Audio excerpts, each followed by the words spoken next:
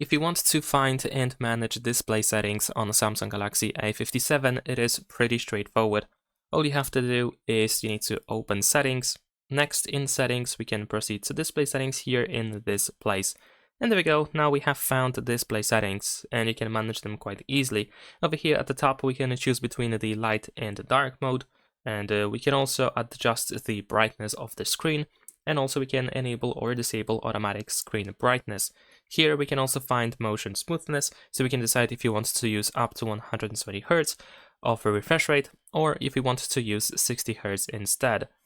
Now, besides that, we have the eye comfort shield, which turns the screen yellow or orange, also known as the eye comfort, well, this is eye comfort shield, also known as blue light filter. This is what I tried to say. And it is usually enabled in order to protect your eyes if you're reading something from your phone at night, or just looking at it, of course. And there is also the screen mode where we can choose vivid or natural colors. In the case of vivid color palette, we can also adjust the white balance quite a bit, and also we have advanced settings that you can go through. Now let's go back.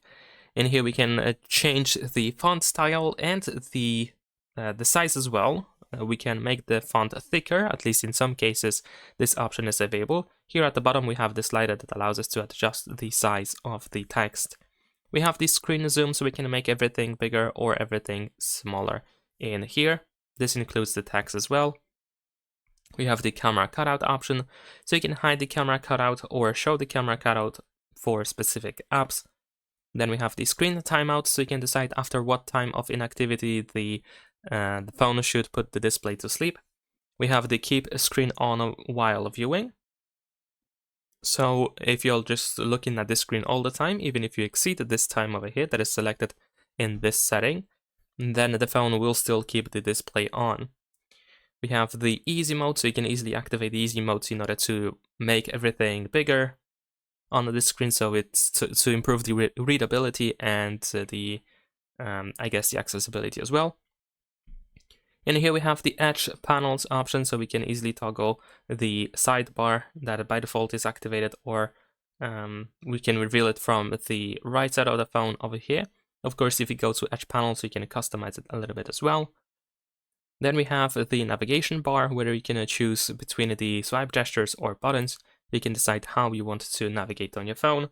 And each of these options have more options, so in the case of swipe gestures, we have the gesture sensitivity, and in the case of buttons, we have the button order. Also, we have the circle to search, which we can easily enable or disable.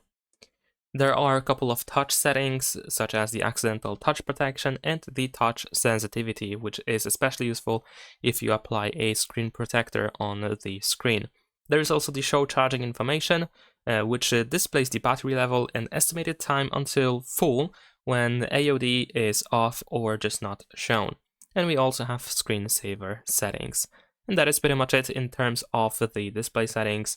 Of course, for more visual settings, we can go to the wallpaper and style over here if you are looking, for example, for the lock screen customization, or if you want to change wallpapers. So that's pretty much it. Leave a like and subscribe.